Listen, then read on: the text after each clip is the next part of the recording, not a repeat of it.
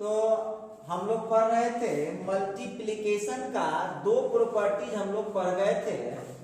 दो प्रॉपर्टी था, पहला प्रॉपर्टी हम लोग पढ़ लिए थे क्लोजर प्रॉपर्टी।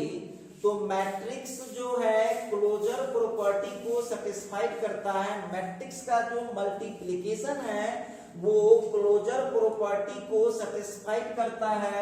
और दूसरा है कि मैट्रिक्स जो है मैट्रिक्स का मल्टीप्लिकेशन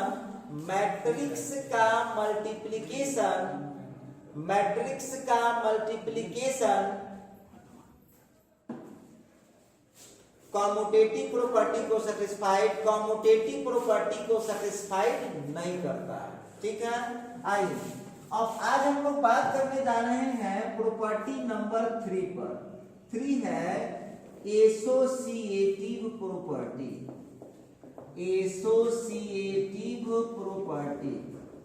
अब देखिए एसोसिएटिव प्रॉपर्टी क्या है। तो एसोसिएटिव प्रॉपर्टी होता है A into B C is equal to होता है AB इंटू सी। आइए अब वहां पर चूंकि मल्टीप्लिकेशन है तो ऑर्डर आपको बताना पड़ेगा। वेयर A जो है, अब देखिए इसको इस तरह से रखना है कि इसका मल्टीप्लिकेशन इजीली हो जाए।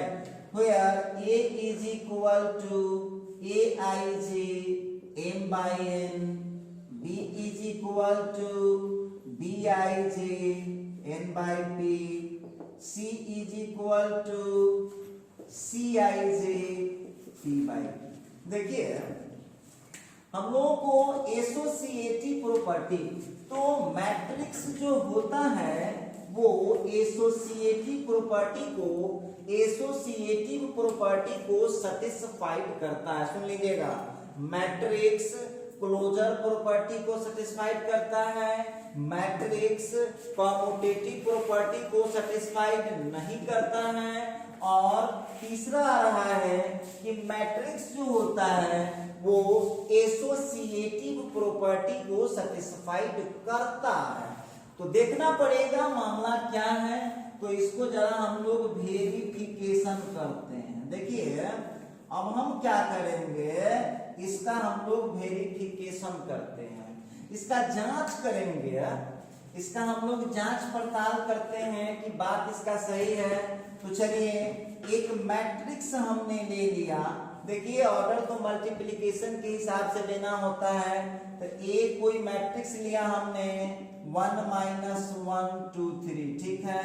फिर बी कोई मैट्रिक्स लिया 2 5 -1 4। इसके बाद सी कोई मैट्रिक्स लिया है 3 -5 -6 और 2। अब देखिए ये मैट्रिक्स आ चुका है।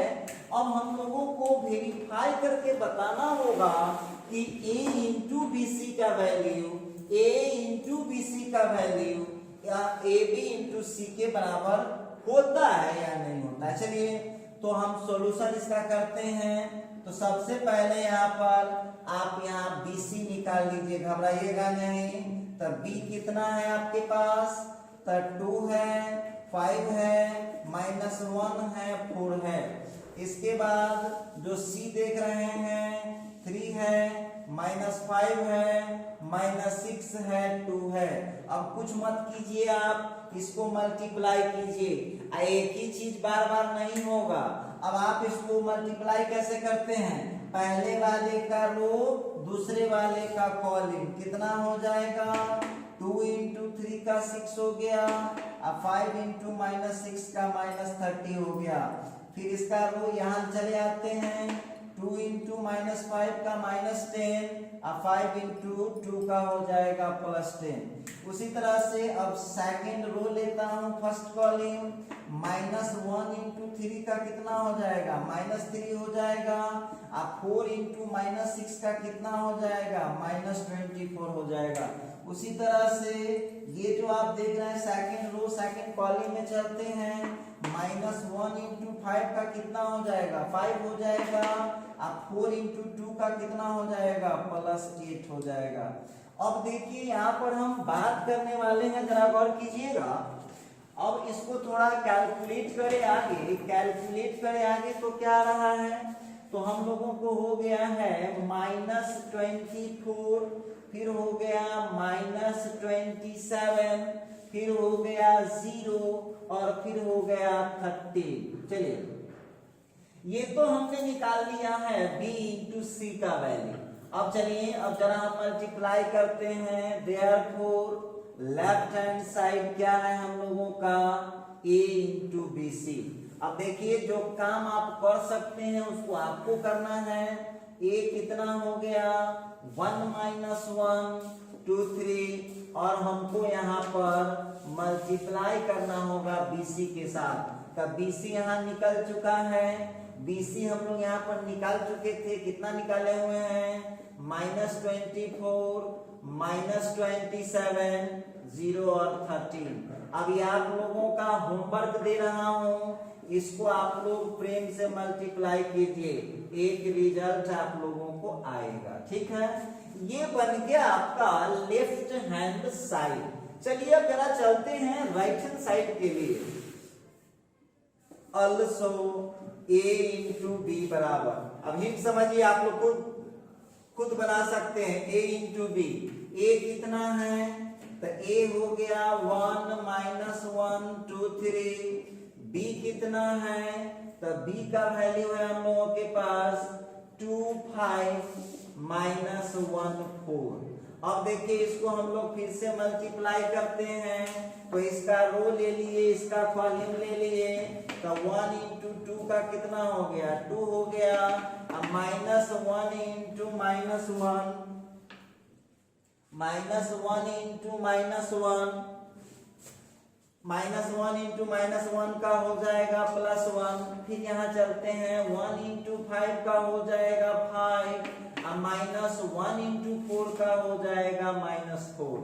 फिर इसका रो लीजिए, देखिए एक ही चीज बार बार नहीं समझाएंगे। 2 इंटू 2 का हो गया 4, 3 इंटू -1 का -3, 2 इंटू 5 का हो गया 10 और 3 इंटू 10 का हो गया 12। अब इसका यदि कैलकुलेशन करते हैं तो 2 + 1 का 3 हो गया, 4 - 3 का 1 हो गया, 5 - 4 का 1 हो गया और फिर 10 + 12 का 22 हो गया। ये मैं बात कर रहा था a इंटू बी का। चलिए अब राइट हैंड साइड में देखता हूं। Now right hand side is equal to, right hand side हम लोगों का क्या हो जाएगा तो राइट हैंड साइड हम लोगों का है ए बी इंटू सी। घबराइएगा नहीं, ए बी आप लोग कितना निकाले हुए हैं तो ए बी मैट्रिक्स हम लोग निकाल लिए हैं, 3 है 1 है 1 है और 22 है। उसी तरह से C का वैल्यू आपके पास कितना है तो C का वैल्यू आप लोगों के पास है 3 -5 और फिर -6 और 2।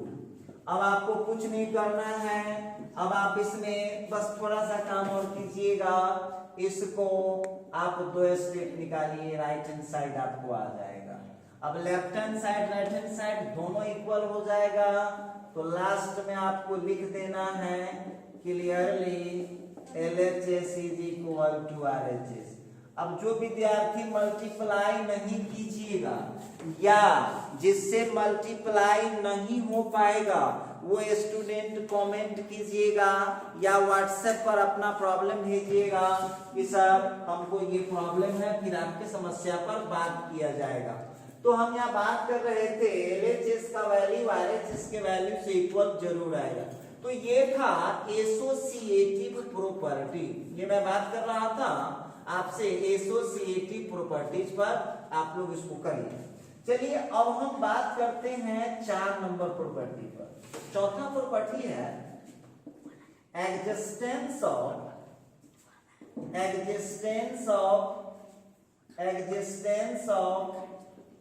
Identity element. Existence of identity element, अब देख लीजिए इसमें क्या होता है तो यहाँ हो जाएगा a इंटू आई बराबर आई इंटू ए बराबर ए होता है। वहां पर आप लोगों को ध्यान देना होगा कि हेयर, अब यहाँ जो है I is multiplicative, I is multiplicative identity, multiplicative identity for A. अब देखिए आप लोगों को जो प्रॉपर्टी अभी मैं पढ़ा रहा हूं, मैं पहले भी आप लोगों को प्लस वाला जब पढ़ाया था, जोड़ वाला, तो उसमें आपको पढ़ाया था कि एग्जिस्टेंस ऑफ आइडेंटिटी एलिमेंट, तो वो था प्लस के लिए। अब हम चल रहे हैं इनटू के लिए, तो इनटू के लिए, लेकिन आइडेंटिटी एलिमेंट का डिफिनीशन क्या होता है? तो उसका डिफिनीशन होता है कि हम जैसे देखिए थोड़ा समझिए, प्लस के लिए आइडेंटिटी हम निकालेंगे तो ऐसा चीज जोड़ना पड़ेगा जिससे आंसर पर कोई असर ना पड़े। तो हम लिए थे प्लस का आइडेंटिटी कौन होता था? जीरो मैट्रिक्स, क्योंकि किसी भी मैट्रिक्स में जीरो मैट्रिक्स को जोड़ देंगे तो उसके रिजल्ट पर कोई असर पड़ने वाला नहीं है। उसी तरह से यहाँ मल्टीप्लिकेशन के लिए निकाल रहे हैं, तो जब मल्टीप्लिकेशन के लिए निकाल रहे होंगे तो वहां पर आपको एक बात ध्यान रखना होगा मल्टीप्लिकेशन के लिए जब हम निकाल रहे होंगे तो वहां पर एक चीज हम लोगों को ध्यान रखना होगा कि ऐसा मैट्रिक्स से हम मल्टीप्लाई करें कि उसके आंसर पर कोई असर ना पड़े। तब बोलिए कोई ऐसा मैट्रिक्स है जिसको हम मल्टीप्लाई करें तब कोई असर ना पड़े? तो हाँ है ना, आइडेंटिटी मैट्रिक्स। हम लोग पढ़े हैं यूनिट मैट्रिक्स या आइडेंटिटी मैट्रिक्स। तो यूनिट मैट्रिक्स या आइडेंटिटी मैट्रिक्स को हम क्या बोल सकते हैं? Multiplicative identity. इसका एग्जाम्पल आप लोगों को समझाया जा चुका है, बहुत पहले समझाया जा चुका है। तो देखो यहाँ पर हम इसका एग्जाम्पल आप लोगों को खुद से प्रूफ करना है। मान लेता हूं कि ए कोई मैट्रिक्स है -1 3 5 6 और ए जो है यहाँ आई जो है 2 into 2 है, तो ये हो जाएगा। ले अब आपको करना क्या होगा? अब आप इसको मल्टीप्लाई करके चेक कर सकते हैं। आप लोगों को मल्टीप्लाई करने सब लोगों को आता है, सबको मल्टीप्लिकेशन आ चुका है। 1 0 0 1, इसको कीजिए आप, घबराइएगा नहीं, घबराने से कुछ नहीं होने वाला है। तो यहाँ जो आप लोग देख रहे हैं -1 into 1 का हो गया -1 और 3 into 0 का हो गया 0, -1 into 0 का हो गया -0 और 3 into 1 का हो गया +3। सेकंड रो लीजिए, फर्स्ट कॉलम 5 into 1 का हो गया 5 और 6 into 0 का हो गया 0। फिर यहाँ रो लीजिए इसका कॉलम 5 into 0 का हो गया 0 और +6 into 1 का हो गया 6। अब जो हम यहाँ पर बात करेंगे तो a into i बराबर आप देख लीजिए कितना आंसर आ रहा है। तो हम देख रहे हैं -1 आ गया, 5 आ गया, 3 आ गया और 6 आ गया। ये जस्ट किसके बराबर है? a के बराबर आपके सामने है, जस्ट a के बराबर आ चुका है। उसी तरह से आप इसको ऐसा भी कर सकते हैं। सिमिलरली यहाँ पर i इंटू ए जो होता है, i इंटू ए जो होता है वो भी आपको a के बराबर आएगा। तो इस तरह से आप इसको चेक कर सकते हैं। तो आप लोगों को याद रखना होगा, सुन लीजिए, हम फिर याद दिला देते हैं। मैट्रिक्स में पूछेगा कि एडिशन की आइडेंटिटी कौन मैट्रिक्स होता है, तो एडिशन की आइडेंटिटी होता है कौन मैट्रिक्स? Zero matrix. पूछेगा कि मल्टीप्लिकेशन की आइडेंटिटी मैट्रिक्स कौन होता है, तो आपको बताना पड़ेगा आइडेंटिटी मैट्रिक्स। और आप जानते हैं कि आइडेंटिटी मैट्रिक्स जो होता है, आइडेंटिटी मैट्रिक्स जो होता है वो तो ये आप लोगों को पढ़ना ही है, दो ही आप लोगों को पढ़ना ही है, एक 2 into 2 और दूसरा है 3 into 3। अच्छा, तक इसमें आप लोग याद रखिएगा कि ये जो आई दिख रहा है ना यहाँ पर, ये आई ये जो मल्टीप्लिकेटिव आइडेंटिटी लिखे हैं, ये आई कौन मैट्रिक्स है? ये आई होता है यूनिट मैट्रिक्स या आइडेंटिटी मैट्रिक्स। ऊपर वाला चालू कर रहे हैं। प्रॉपर्टी नंबर, अब हम लोग 4 पढ़ गए थे, तो आइए अब हम प्रॉपर्टी नंबर 5 पढ़ाते हैं। प्रॉपर्टी नंबर 5 क्या कहता है, जरा गौर कीजिएगा। अब है हम लोगों का डिस्ट्रीब्यूटिव प्रॉपर्टी। डिस्ट्रीब्यूटिव प्रॉपर्टी देखिए, इस सब में आप लोगों को खुद मिलेगा प्रूफ करने के लिए, खुद से प्रैक्टिस कीजिए ताकि आपको सीख सके। जहां मेरी जरूरत होगी वहां हम जरूर हेल्प करते हैं। डिस्ट्रीब्यूटिव प्रॉपर्टी देखिए, बिहार बोर्ड वाला पढ़ा हुआ तो सब आता ही है। डिस्ट्रीब्यूटिव प्रॉपर्टी तो सीबीएसई वाला तो डायरेक्ट जानता है, अब बिहार बोर्ड वाले इसको पढ़े हुए हैं वितरण गुण। ठीक है, अब डिस्ट्रीब्यूटिव प्रॉपर्टी क्या होता है देखिएगा, तो इसमें 2 चीज लगता है, a into B plus C. जरा गौर कीजिएगा, a into B plus C is equal to होता है a into B plus a into C. अब देखिएगा यहाँ पर डिस्ट्रीब्यूटिव प्रॉपर्टी होता है a into B plus C is equal to होता है a into B plus a into C, या इसको आप ऐसे भी लिख सकते हैं, under bracket a plus B into C को आप इसको ऐसे भी लिख पाएंगे a into C plus d into C. देखिए दोनों एक ही बात है। अब यहाँ पर आप लोगों को ध्यान देना होगा।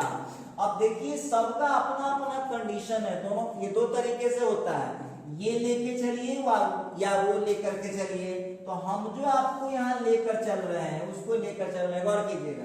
तो यहाँ पर ए जो मैट्रिक्स है वो हो जाएगा m बाई n ऑर्डर का, और बी जो मैट्रिक्स है वो हो जाएगा n बाई p ऑर्डर का, और सी जो मैट्रिक्स है वो हो जाएगा n बाई p। अब बहुत विद्यार्थी कह रहा होगा कि सर देखो ध्यान दो, b और c को जोड़ना है ना, तो b और c को जब जोड़ना है तो दोनों का ऑर्डर क्या लेना पड़ेगा, सेम लेना पड़ेगा। और आप लोगों को हम डेली एक बात बोलते रहते हैं कि आप पीछे का वीडियो, और आज आपको पता होगा ये लेक्चर नंबर 17 है, ये आज है लेक्चर नंबर 17। तो डिस्ट्रीब्यूटिव प्रॉपर्टी में हमने इसको लिया है a इंटू बी प्लस सी। जांच पड़ताल करना है बिल्कुल कर सकते हैं, कहीं कोई परेशानी की बात नहीं है। तो चलो इसका वेरिफिकेशन तुम लोग खुद करोगे, हम कुछ नहीं करने वाले हैं, हम केवल एग्जांपल लिख दे रहे हैं। मान लिया जाए let a is equal to matrix, गौर कीजिएगा, a is equal to matrix 1 minus 1 minus 2 3। ठीक है, a is equal to 1 minus 1 minus 2 3, और b जो मैट्रिक्स देखिए कई ऑर्डर के लेगा उसकी चिंता आप ना कीजिए, समझे, आप उसकी चिंता बिल्कुल ना करें, जो होगा देखा जाएगा। तो चलिए अब फिर हम करते हैं, यहाँ पर 2 है, 0 है, 3 है, 4 है, 5 है, माइनस 6 है। ठीक है, और फिर c के जगह पर फिर ले लिया, माइनस 1 है, 5 है, 6 है, 2 है, माइनस 3 है और 4 है। ठीक है, a हो गया, b हो गया, c हो गया। तो बोलता है देन प्रूव दैट,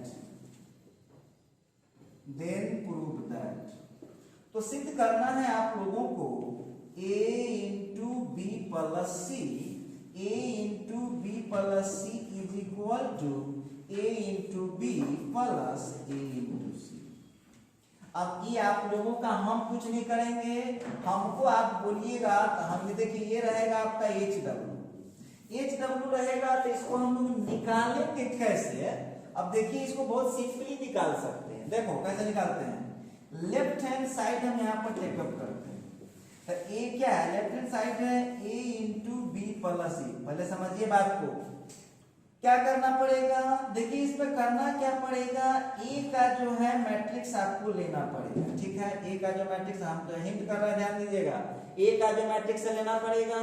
फिर यहाँ पर क्या करेंगे, बी का जो मैट्रिक्स है वो आप ले लीजिए, और सी का जो मैट्रिक्स है वो आप ले लीजिए।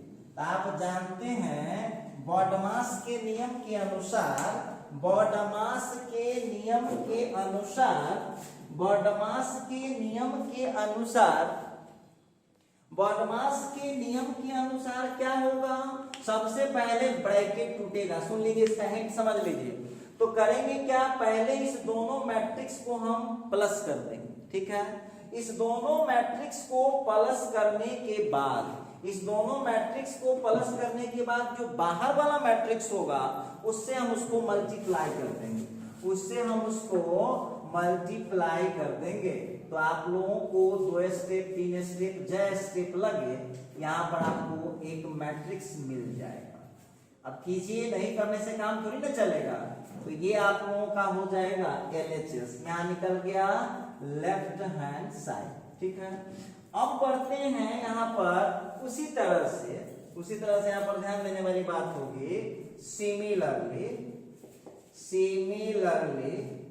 Right hand side is equal to, right hand side is equal to a into B plus a into C. देखिए बहुत सिंपल है, करना क्या पड़ेगा, अब आप लोगों को पहले a का ले लीजिए, ठीक है, और फिर b का ले लीजिए, मल्टीप्लाई कीजिए, इस दोनों को मल्टीप्लाई कीजिए, फिर बीच का जो प्लस है वो रहेगा, फिर यहाँ पर जो a का है वो यूज कीजिए, और फिर जो c का आप देख रहे हैं, c का जो आप देख रहे हैं वो यूज, ठीक।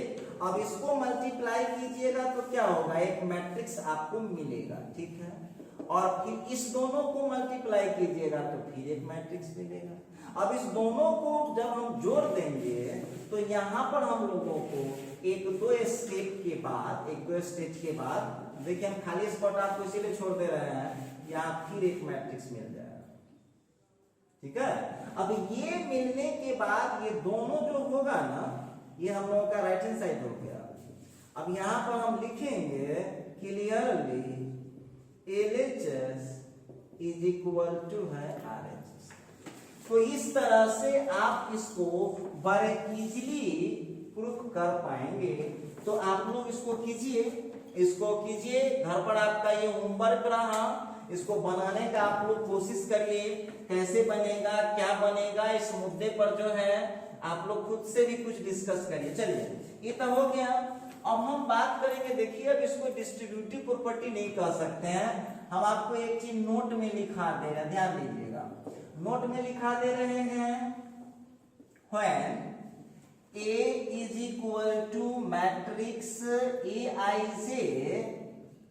m by n, ठीक है। B कोई मैट्रिक्स है Bij जिसका ऑर्डर है n by p, और C कोई मैट्रिक्स है Cij जिसका ऑर्डर है n by p। देखिए सेम टू सेम लिखाएगा तो हो जाता है देन। यहां पर वर्क करना होगा a into B minus C is equal to a into B minus A. तो आप लोगों को यहां पर ध्यान देना होगा कि a into B minus A into C इतना का सेम टू सेम है। देखिए तो इसके लिए भी हम आपको एक एग्जांपल लिख देते हैं, घर पर आपको अपने से इसको कर लेना है, ठीक है। तो चलिए इसके एग्जांपल पर हम बात करते हैं। लिखता है when a is equal to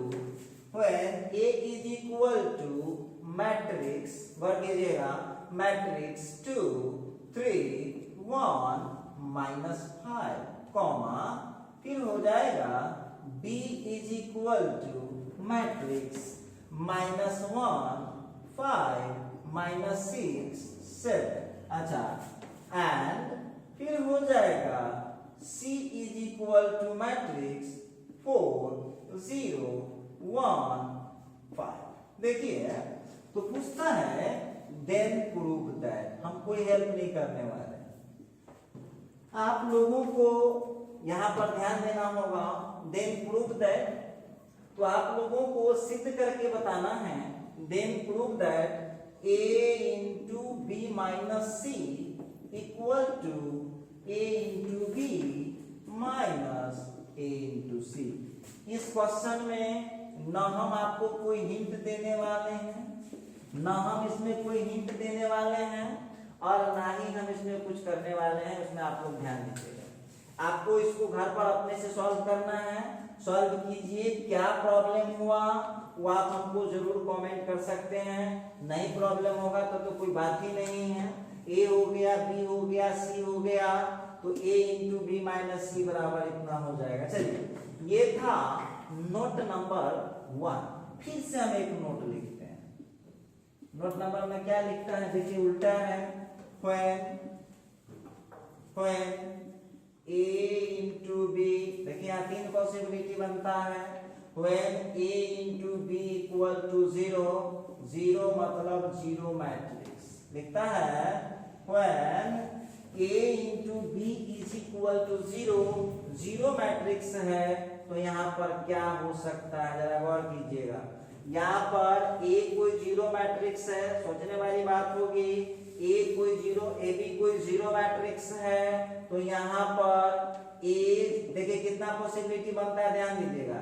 a zero matrix हो सकता है एंड b जीरो मैट्रिक्स नहीं हो सकता है। ठीक, पहला केस तो ये बना।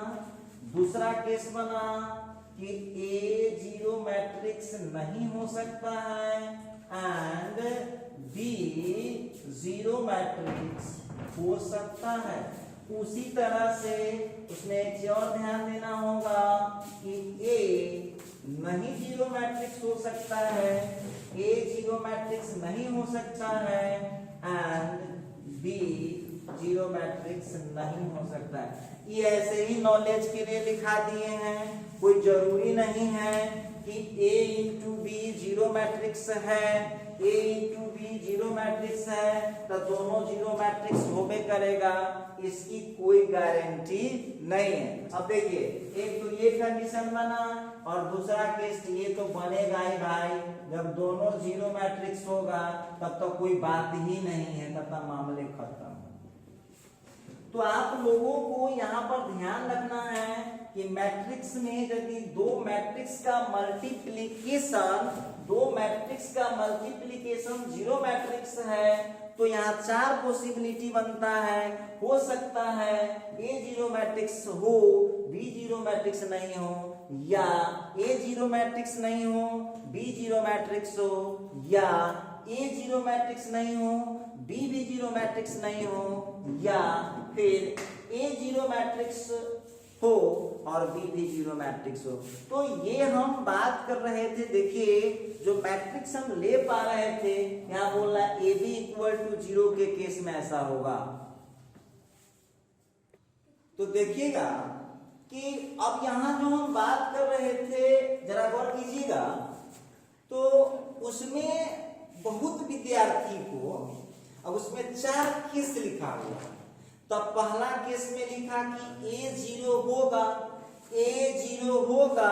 अब b जीरो नहीं होगा। तो कोई विद्यार्थी कहा कि सर जी तो हम समझ गए कि जीरो मैट्रिक्स से गुना होगा तो जीरो हो जाएगा, कोई दिक्कत की बात नहीं, ठीक है।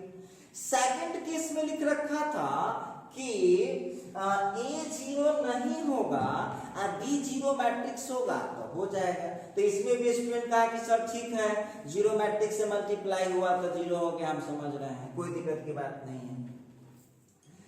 तीसरा जो केस लिखा हुआ है कि a जीरो मैट्रिक्स नहीं होगा और b जीरो मैट्रिक्स नहीं होगा, फिर भी a इंटू बी जीरो हो सकता है। ये विद्यार्थी क्या कहा, सर जी ये थोड़ा हजम नहीं हो रहा। इसमें लोग सोच सकता है कि सर ये थोड़ा हजम नहीं हो रहा। और चौथा केस तो और क्लियर है, ए भी जीरो मैट्रिक्स और बी भी जीरो मैट्रिक्स, तो जीरो मैट्रिक्स का मल्टीप्लाई हुआ तो जीरो। तो इसमें मेरे हिसाब से विद्यार्थी को एक जगह थोड़ा बहुत दिक्कत हो सकता है, तो उसको हम लोग थोड़ा एक एग्जाम्पल से क्लियर कर लेते हैं।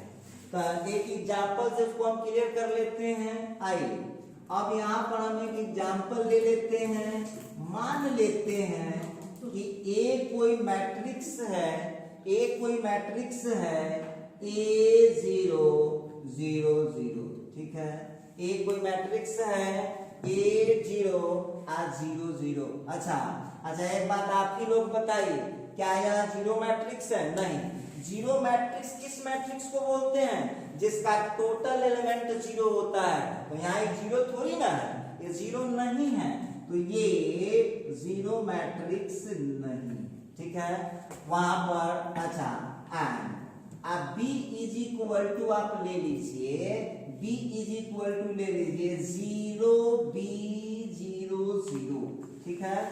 इसमें भी ये जीरो मैट्रिक्स नहीं है। क्यों जीरो मैट्रिक्स? इसलिए नहीं है, जीरो मैट्रिक्स इसलिए नहीं है कि यहाँ पर एक मेंबर, और वहां पर हो सकता है कि कुछ कानूनी विद्यार्थी होगा, तो यहाँ बोलेगा कि सर जी कहीं ए और बी जीरो होगा, तो आप उस कानूनी के लिए भी लिख दीजिए यहाँ पर कि भाई वो कानूनी न करे। ए जीरो वहां नहीं है और बी जीरो नहीं है। तो अब आइए हम लोगों को जरा इसका मल्टीप्लाई करके चेक करना है। हम लोग अब इसको मल्टीप्लाई करके चेक कर लेते हैं कि मामला क्या है। a इंटू बी बराबर, तो चलो भाई a के जगह पर A0 0 0, ठीक है, और b के जगह पर ले लीजिए 0 0 B 0। अब आप लोग इसको मल्टीप्लाई करना तो सब आदमी जानते हैं, कीजिए देखिए क्या आता है।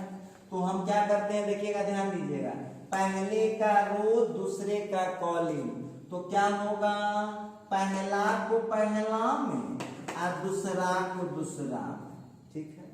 फिर इसका रो लिए या इसका कॉलम लिए, पहला को पहला में दूसरा को दूसरा, ठीक है। चलिए फिर हम क्या करेंगे, इसका रो लेंगे, इसका कॉलम लेंगे, तो 0 इंटू 0 का 0 और 0 इंटू बी का 0।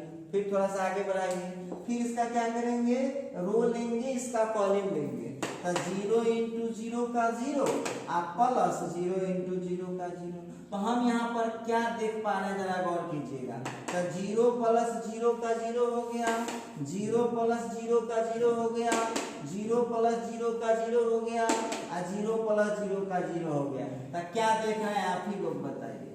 हम देख रहे हैं कि A जीरो मैट्रिक्स तो नहीं था, B जीरो मैट्रिक्स नहीं था, लेकिन A into B zero matrix आया है कि नहीं आया है? तो आप लोगों को वहां पर ध्यान रखना होगा कि A इंटू बी यदि जीरो मैट्रिक्स है तो वहां पॉसिबिलिटी क्या बनता है, 4 पॉसिबिलिटी बनता है। A जीरो मैट्रिक्स होगा, B नहीं होगा zero matrix, A zero matrix नहीं होगा, B होगा जीरो मैट्रिक्स, A भी जीरो मैट्रिक्स नहीं होगा, B भी जीरो मैट्रिक्स नहीं हो सकता है, या A जीरो मैट्रिक्स हो सकता है।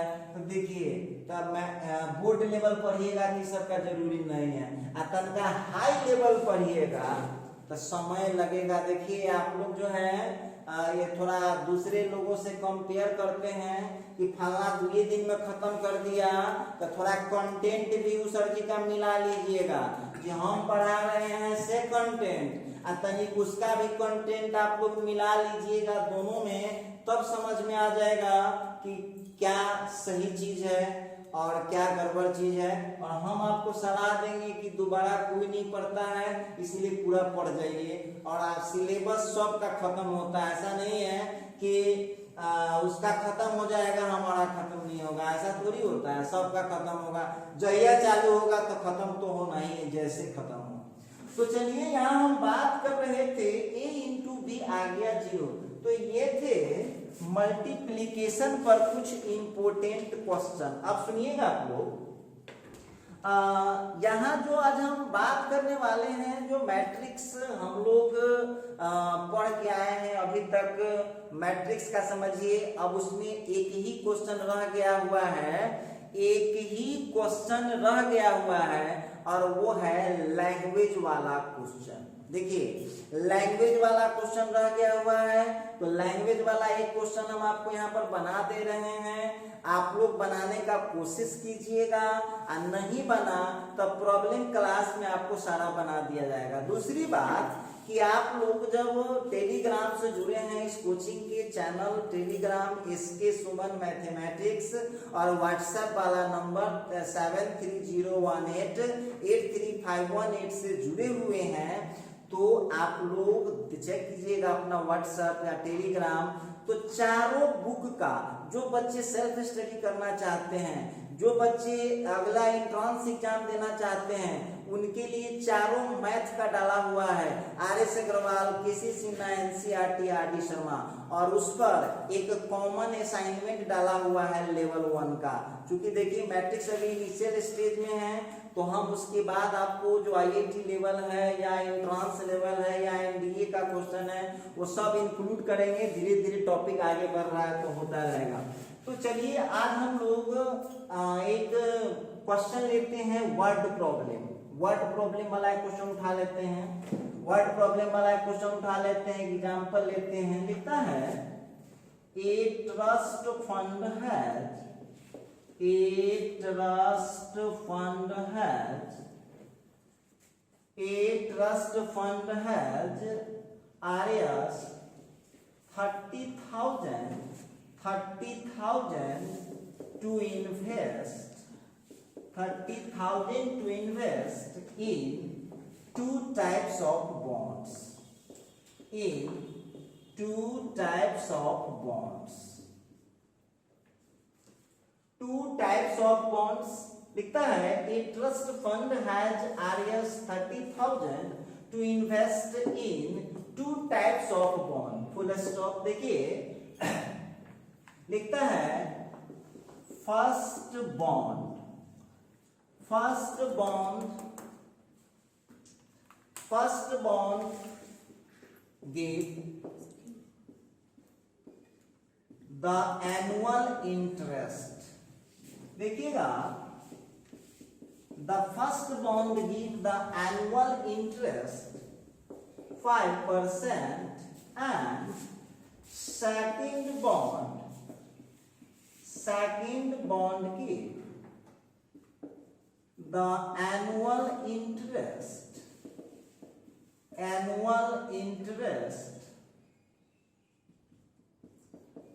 7%। चलिए ये फुल स्टॉप यहाँ किया हमने। लिखता है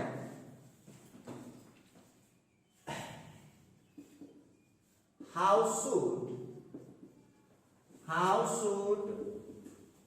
the trust have to invest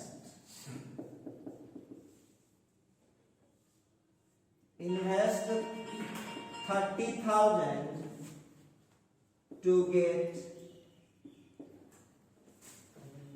total interest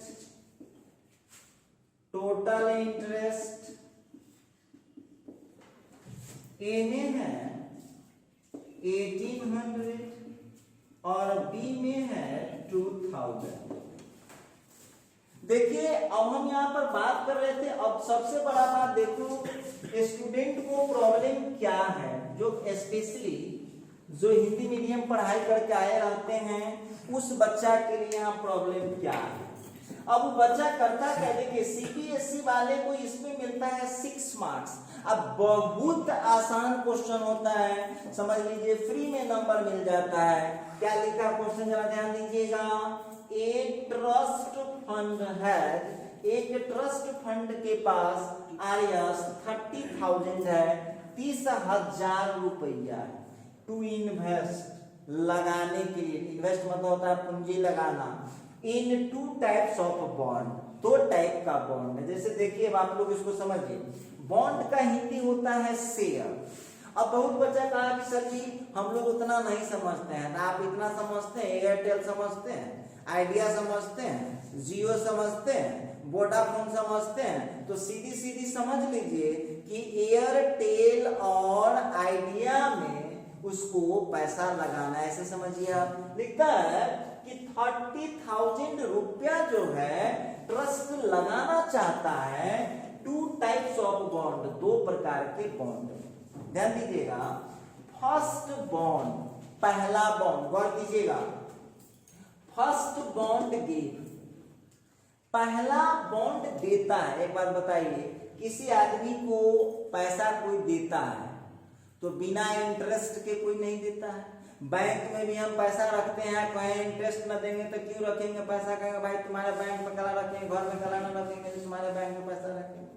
तो वहां पर एक चीज ध्यान देना होगा, तो किस लालच में लोग पैसा देता है, इंटरेस्ट के लालच में। तो कोई बोलेगा कि वहां क्वेश्चन लिख रहा है कि फर्स्ट बॉन्ड गिव, पहला बॉन्ड, फर्स्ट बॉन्ड गिव्स, पहला बॉन्ड देता है द एनुअल इंटरेस्ट, एनुअल मतलब वार्षिक, एक साल पर 5% interest, and second bond gives, और दूसरा बॉन्ड देता है, सेकंड बॉन्ड गिव्स, दूसरा बॉन्ड देता है द एनुअल इंटरेस्ट 7%।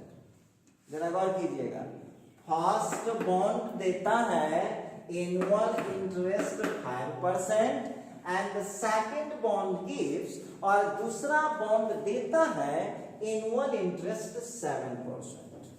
ठीक है, लिखा हाउ शुड, हाउ शुड का मतलब हुआ कैसे चाहिए, the trust have to invest करा है, तो ट्रस्ट को कैसे लगाना चाहिए, 30,000, आरएस 30,000 ये मतलब रुपया है, 30,000 रुपया ट्रस्ट को कैसे लगाना चाहिए, टू गेट टोटल इंटरेस्ट, ताकि उसको कुल ब्याज मिल सके, कितना 1800, और दूसरा कितना है 2000। देखिए तो 2 क्वेश्चन है इसमें। अब आप लोगों को याद होगा कि हम पढ़ाए थे मैट्रिक्स का इंट्रोडक्शन, उसमें पढ़ाए थे कि मैट्रिक्स का मेन मकसद होता है एक बड़ा सा डाटा को, जो एक बड़ा सा डाटा होता है उसको बहुत सिंपल ढंग से लिखना। देखिए मैट्रिक्स ऐसा चीज है कि कंप्यूटर के कण-कण में बसा हुआ है। कंप्यूटर में कोई भी लिखता है, कोई भी हिसाब किताब होता है, कोई भी फाइल बनता है तो सब मैट्रिक्स में देखिएगा रो कॉलम के फॉर्म में डलाता है। जितना बिजनेस देखिएगा उस बिजनेस में लेनी देनी लाभ हानि, तो देखिए मैट्रिक्स का काम में है एक कॉम्प्लिकेटेड डेटा देख रहे हैं, कॉम्प्लिकेटेड डेटा ये देख के पढ़ेगा भट्टे, हम देखिए कितना है, कोई पढ़ भी नहीं करेगा।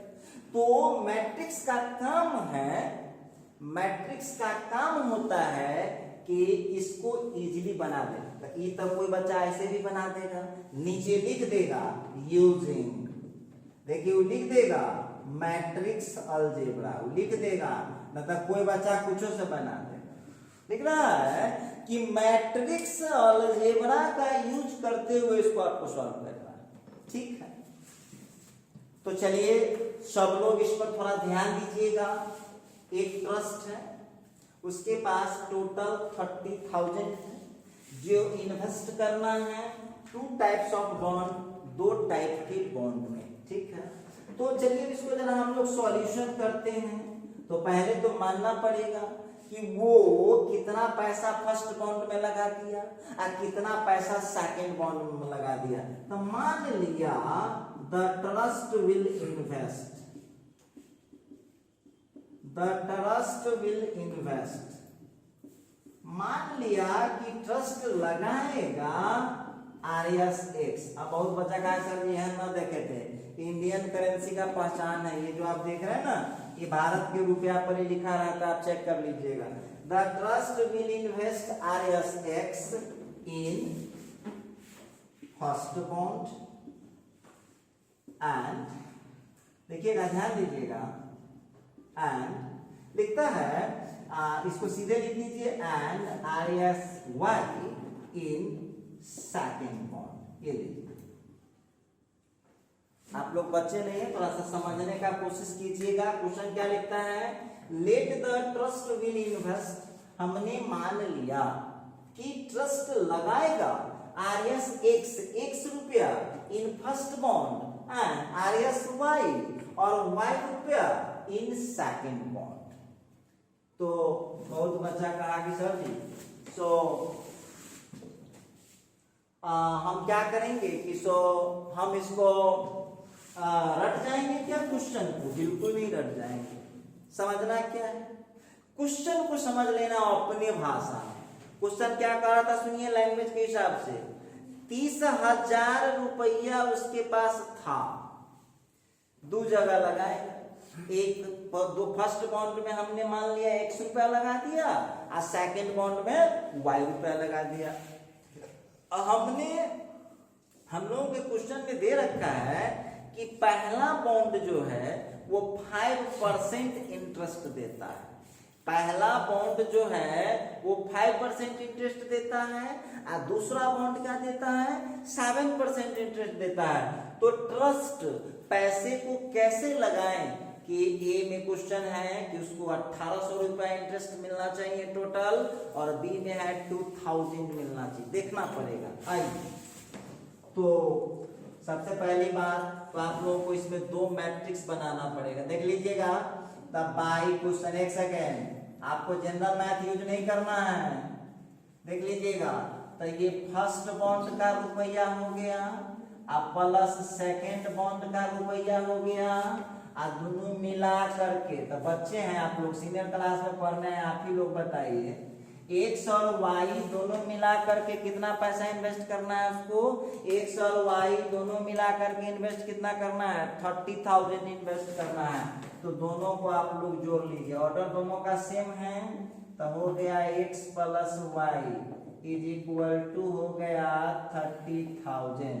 अब वहां से हम लिख पाएंगे x plus y is equal to 30,000। एक ही क्वेश्चन आया, ठीक।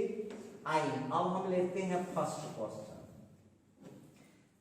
सबसे पहली बात कि क्वेश्चन में हमको मैट्रिक्स मल्टीप्लिकेशन, देखो ध्यान देना, अब हम लोग यहाँ पर लिखेंगे ये हो गया फर्स्ट बॉन्ड, आपको पेज का कंजूसी है, ठीक से लिखिए। सेकेंड बॉन्ड, फर्स्ट बॉन्ड, तो फर्स्ट बॉन्ड में इन्होंने पैसा लगाया है x रुपया और सेकेंड बॉन्ड में इन्होंने पैसा लगाया है y रुपया, ठीक। अब देखिए ध्यान दीजिएगा, और फर्स्ट बॉन्ड का जो इंटरेस्ट दे रहा है, इंटरेस्ट जो इसको इंटरेस्ट मिल रहा है, फर्स्ट बॉन्ड पर कितना परसेंट इंटरेस्ट है? तो 5% इंटरेस्ट है। सेकेंड बॉन्ड पर कितना इंटरेस्ट है? तो सेकेंड बॉन्ड पर इसको जो है 7% इंटरेस्ट है, ठीक है। और पहला क्वेश्चन में इसको टोटल ब्याज कितना मिला हुआ है? तो 1800। अब देखिए विद्यार्थी सब हमसे पूछ नहीं रहा है, लेकिन उसके दिमाग में अब एक बात जरूर चल रहा होगा। सुन लीजिए आपके दिमाग में, और आप लोग तो काफी दिमाग वाला है, क्वेश्चन नहीं पूछ रहे लेकिन हम अपने से क्वेश्चन उठा रहे हैं। बहुत विद्यार्थी नहीं पूछ रहा है, हम बताते हैं। बहुत विद्यार्थी के दिमाग में चल रहा है कि सर जी आप दोनों एक ही रंग काहे न दिए हैं, इसको दिए हैं ऐसे तो उसको भी उसी तरह से दे देते, या इसको भी इसी तरह से। देखो ध्यान दो, एक मैट्रिक्स 1x2 का होगा, एक मैट्रिक्स 1x2 का होगा और दूसरा मैट्रिक्स 2x1 का होगा, तो इसका गुना निकल जाएगा। और गुना निकल जाएगा कितने ऑर्डर का? 1x1। तो हमारे पास जो पूंजी है उसी के हिसाब से ना काम करेंगे। अच्छा, बहुत बच्चा कहा कि सर जी तो आप दोनों को ऐसा ही ले लीजिए, तो ले लो भाई 1x2 ये ले लो और 1x2 ये ले लो, तो क्या ये गुना हो पाएगा? नहीं हो पाएगा, क्योंकि मल्टीप्लिकेशन का शर्त होता है पहले में कॉलम की संख्या दूसरे में रो की संख्या के बराबर होना चाहिए। तीसरा, बहुत बच्चा बोल सकता है कि सर दोनों को आप ऐसा ही क्यों न ले लिए 2x1 और 2x1। तो हम आपसे पूछ रहे हैं क्या ये मल्टीप्लिकेशन हो पाए? तो आपके पास एक ही ऑप्शन था, आप इस फॉर्मेट में ले सकते थे। चलिए अब देखिए कितना सिंपल ये क्वेश्चन है। अब इसको जरा हम लोग यहाँ पर बात करेंगे, तो कर दीजिए मल्टीप्लाई। तो मल्टीप्लाई करेंगे तो कितना हो जाएगा? x × 5% प्लस y इंटू 7%, और उधर कितना आ गया, तो ये हो गया 1800। ठीक है, अब जो हम यहाँ पर बात करेंगे, अब आप लोग इतना जानकारी है कि ना, परसेंट का मतलब क्या होता है, बट्टा में 100, तो 5/100 आप plus y into 7/100 is equal to कितना हो गया 1800। अब यहाँ से आप लोगों को एक इक्वेशन आ गया है, 5x plus 7y is equal to 1800, और 2 जीरो यहाँ पर क्या मल्टीप्लाई कर दीजिए, तो ये रहा इक्वेशन नंबर 2। अब बच्चा वाला कहेगा पढ़ाई पढ़ने के लिए तो छोटा छोटा काम कीजिए ना, ये सब बटा को दो घटा सब कीजिए ना। अब देखिए, अब आपको कुछ नहीं करना है, आंसर आ चुका है। अब आप लोगों को सॉल्विंग 1 और 2, 1 और 2 को सॉल्व कर दीजिएगा, तो आप लोगों को यहाँ से क्या मिल जाएगा, 10th वाले टीचर के हिसाब से सॉल्व कीजिए, तो आप लोगों को x बराबर आएगा समथिंग समथिंग, ठीक है, और y बराबर भी आएगा समथिंग समथिंग, यही आपका हो जाएगा आंसर। तो घर पर आप लोग सॉल्व कीजिए इसको। इक्वेशन 1 यहाँ है, ये है, इक्वेशन 2 यहाँ है, ये है, दोनों को आप सॉल्व कर लीजिएगा। और देखिए, हम ये नहीं कहते कि चुप रहना है, जिस जिस बच्चों से नहीं बन पाएगा तो व्हाट्सएप पर अपना क्वेश्चन पूछ लीजिएगा, ऑडियो करके पूछ सकते हैं, या आप कमेंट कर सकते हैं यूट्यूब पर।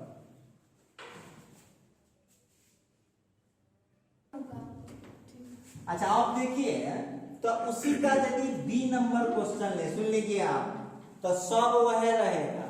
सब यहाँ पर क्या देख रहे हैं, ये हो गया फर्स्ट बॉन्ड, ये हो गया सेकंड बॉन्ड, और फर्स्ट बॉन्ड में x लगाया है, सेकंड बॉन्ड में y लगाया है, और एक कॉलम ले लीजिए इंटरेस्ट का, ठीक है।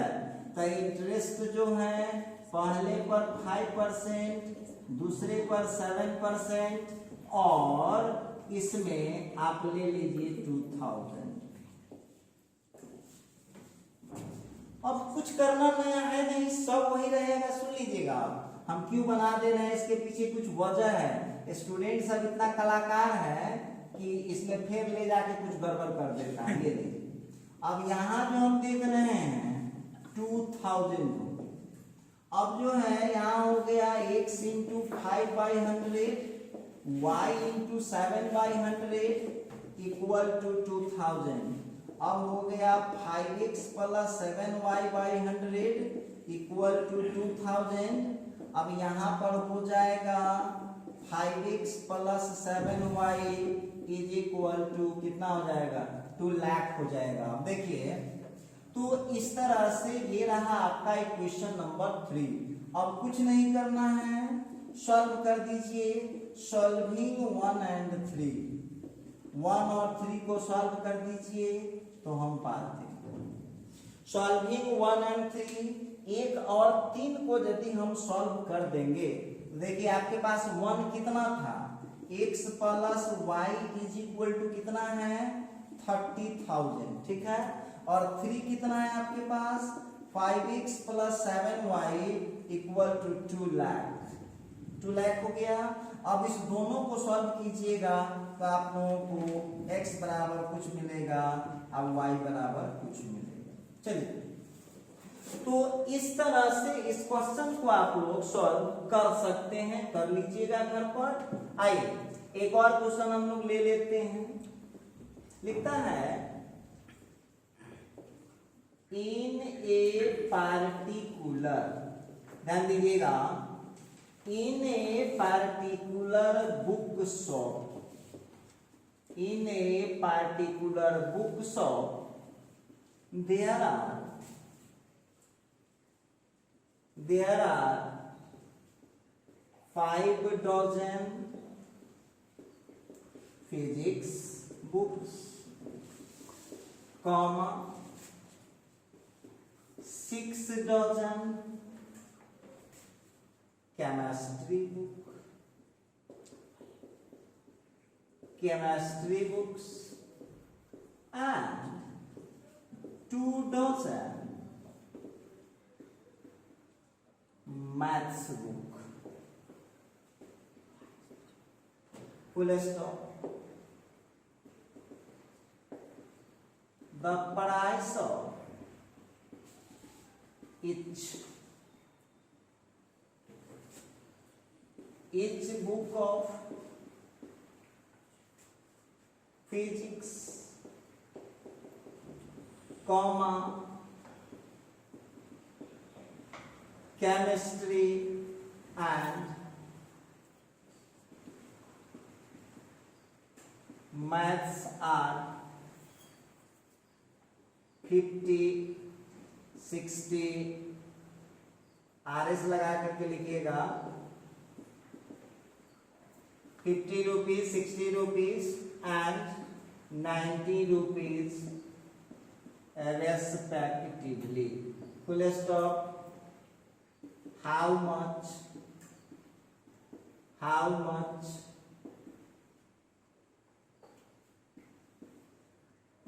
the bookshop will get after selling of all books. अब देखिए, अब बहुत विद्यार्थी कहा कि सर जी इस क्वेश्चन में भी तो बहुत भाषा आप लिख दिए सर, कैसे होगा क्या होगा। देखिए ये सब दिमाग का खेल है, सवाल से में कुछ रहता नहीं। तो पहले आप लोग अब लिखना बंद कर दीजिए इस क्वेश्चन। जो भी बच्चे वीडियो देख रहे हैं अब 1 मिनट के लिए रुक जाइए, कैसे इसको सॉल्व करेंगे। कहता है in a particular book shop. Particular का मतलब हो गया कोई खास, अब बुक शॉप मतलब किताब की दुकान, मतलब कोई किताब की दुकान है। There are 5 dozen physics book, मतलब 5 डजन, डजन कहते हैं दर्जन को, तब 5 दर्जन फिजिक्स की किताबें हैं। तो 5 डजन फिजिक्स बुक्स है, तो 5 डजन फिजिक्स बुक्स है। इसका मतलब है कि फिजिक्स की बुक कितनी हो गई, 1 डजन में कितना होता है 12 होता है, 1 दर्जन 12 को कहते हैं, तो 5 दर्जन कितना हो गया 60 हो गया। थोड़ा सा और आगे बढ़िए, 6 डजन केमिस्ट्री बुक और 6 डजन जो है 6 दर्जन केमिस्ट्री की किताबें हैं। तो 6 डजन मतलब कितना piece, 1 dozen equal to 12 piece, तो 6 डजन इक्वल टू 72। 1 दर्जन कितना को बोलते हैं 12 को, तो 6 दर्जन कितना हो जाएगा भाई 72। आगे बढ़िए, एंड 2 डजन मैथ्स बुक और 2 दर्जन मैथ्स की किताबें। तो बहुत बच्चा का आंसर जी बड़ी भारी पूछा है। अरे भाई आप अपने हिसाब से समझिए ना कि 5 दर्जन फिजिक्स का किताब है, 6 दर्जन केमिस्ट्री का किताब है और 2 दर्जन मैथ्स का किताब है। तब बुक वाला क्या जाएगा तो मुंह देख के बुक दे देता है कि रुपया लेता है, ना कि मुंह देख के दे देगा कि रुपया का बड़ा नहीं मुंह दे देगा फ्री में बुक। तो पैसा दीजिएगा तो उसका कुछ प्राइस होगा। पढ़िए आगे, लिखता है the price of each book, price माने मूल्य, ईच माने प्रत्येक, एक बुक का, ऑफ फिजिक्स के एक बुक का, chemistry and math, physics chemistry and math के एक बुक का जो दाम है वो है 50 rupees, 60 rupees and 90 rupees respectively. मतलब क्लियर है कि फिजिक्स के एक बुक का प्राइस कितना है 50 है, केमिस्ट्री के एक बुक का प्राइस कितना है 60 है, और मैथ के एक बुक का प्राइस कितना है 90 है। कहता है हाउ मच, कितना the book shop will get, मतलब कि कितना बुक शॉप किताब दुकान को विल गेट प्राप्त होगा after selling of all books, जब सब किताब बिक जाएगा। तो आगे लिख देगा, इन्हें कि आप जनरल मैथ मार दीजिएगा, वो लिख देगा। इतना समझदार है वो, यूजिंग मैट्रिक्स अलजेब्रा, बहुत समझदार रहता है, देने वाला आपसे ज्यादा ना होशियार है। देखिए मैट्रिक्स अलजेब्रा का यूज करते हुए इसको सॉल्व करना है। तो हम इस पूरे सवाल को शॉर्टकट में समझाते हैं। हम आपको सलाह देंगे कि आप भी इसी तरह शॉर्टकट में समझिए। एक किताब दुकान में 5 दर्जन फिजिक्स की किताब है, 6 दर्जन केमिस्ट्री की किताब है, 2 दर्जन मैथ की किताब है। एक फिजिक्स का दाम 50 रुपया है, एक केमिस्ट्री का दाम 60 रुपया है, एक मैथ का दाम 90 रुपया है। तो सभी किताब बिक जाएगा तो कितना पैसा प्राप्त होगा? देखिए कितना आसान क्वेश्चन है। आइए विद्यार्थी जी ध्यान दीजिएगा कैसे सॉल्व कर पाए। तो यहाँ पर हो जाएगा टोटल इनकम यहाँ कितना आ गया, चाहे टोटल चलिए या टोटल मनी आपको यहाँ कितना प्राप्त होगा। ध्यान दीजिएगा कितना प्राप्त होगा टोटल पैसे। चलता हूं, थोड़ा गौर करने वाली बात होगी। तो यहाँ पर जो हम लोग देख रहे हैं जो मैट्रिक्स हम लोगों को दिख रखा है, तो देखिए पहला मैट्रिक्स में हमको 3 बुक है, फिजिक्स है, केमिस्ट्री है और मैथ है। देखिए फिजिक्स का 5 दर्जन है, तो फिजिक्स का 5 दर्जन कितना हो गया? 60 हो गया। केमिस्ट्री कितना दर्जन है? 6 डजन है, तो कितना हो गया? 72। अब मैथ कितना डजन है? तो मैथ है 2 डजन, कितना हो गया? 24। चलिए ये हो गया। अच्छा इसका प्राइस देख लो भैया, तो प्राइस आप देख लीजिए। तो ये केमिस्ट्री वाले का 50 रुपीज प्राइस है और फिजिक्स वाले का 60 रुपीज प्राइस है और मैथ वाले का कितना प्राइस है? तो मैथ वाले का प्राइस है 90 रुपीज। लीजिए मल्टीप्लाई कर दीजिए मल्टीप्लाई, आ गया आपका आंसर। तो ये हो जाएगा 60 into 50, करना दीजिए मल्टीप्लाई, इसका रो इसका कॉलम, तो हो जाएगा 3072।